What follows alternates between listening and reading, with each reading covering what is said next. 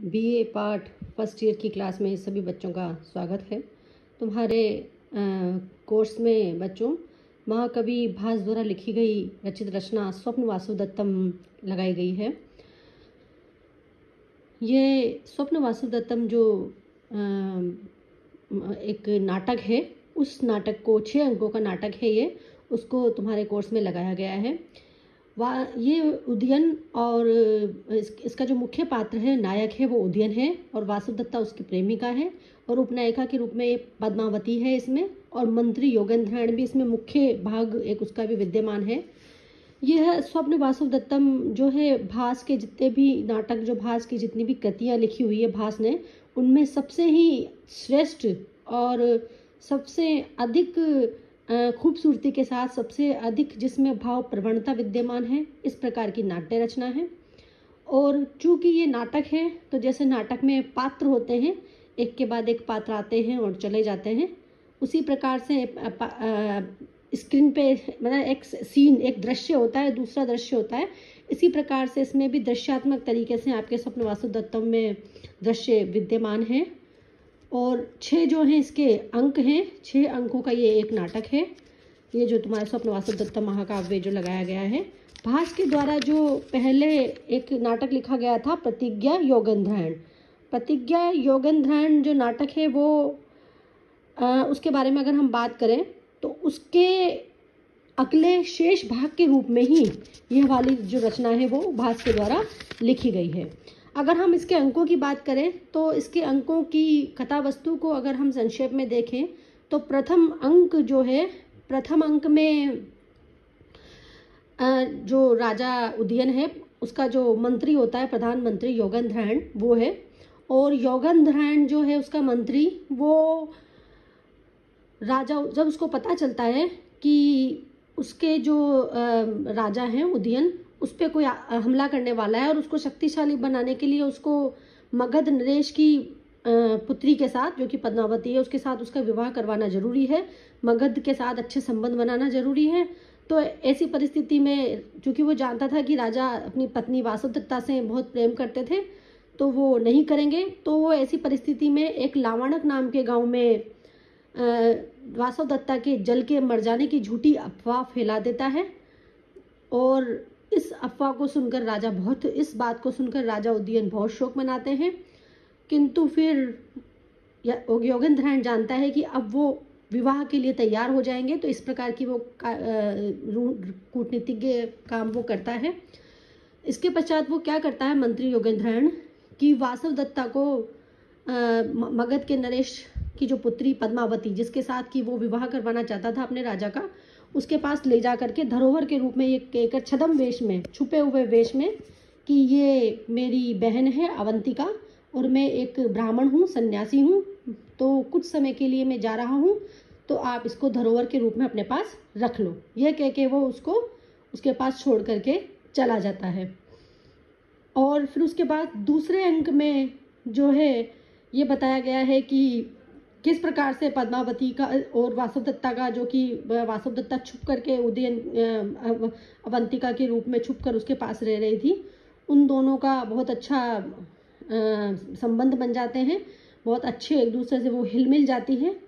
इतने में पता चलता है दूसरे तीसरे अंक में कि उसका जो रानी, जो पद्मावती है मगध की पुत्री, उसका विवाह जो है वो निश्चित कर दिया गया है राजा उदयन के साथ।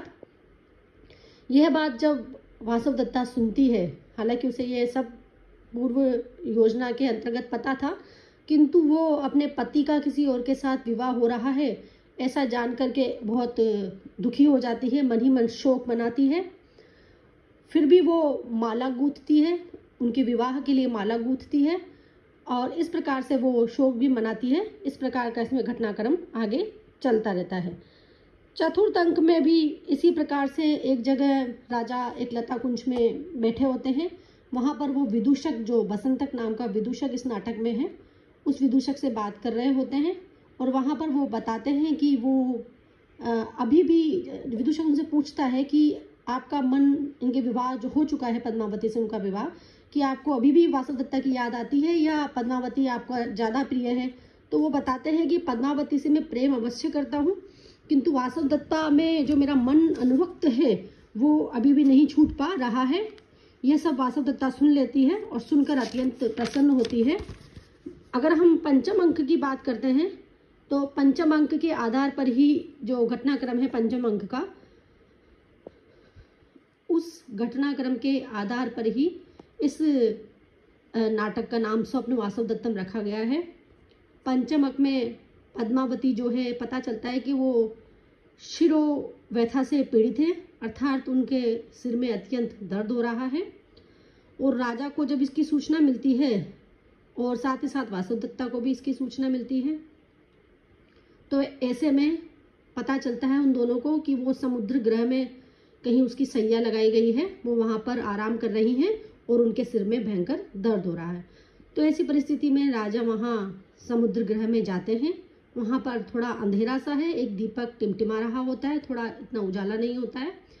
वहाँ पर वो सैया पर कोई उनको नहीं दिखता, तो वो सोचते हैं पद्मावती शायद यहाँ नहीं आई होगी अभी या चली गई होगी। यह सोचकर वो उसी सैया पे वहाँ आराम करने लग जाते हैं, लेट जाते हैं उसी के ऊपर। वो थोड़ी देर में वहाँ पर वासव दत्ता भी आती है पद्मावती को देखने। तो जो राजा उदयन है उनको सैया पर लेटा हुआ देख के वो सोचती है कि पद्मावती लेटी हुई है और वो भी उनके पास ही बगल में वहीं पर सो जाती है। थोड़ी देर बाद राजा उदयन अचानक से स्वप्न में कुछ बड़बड़ाने लगते हैं।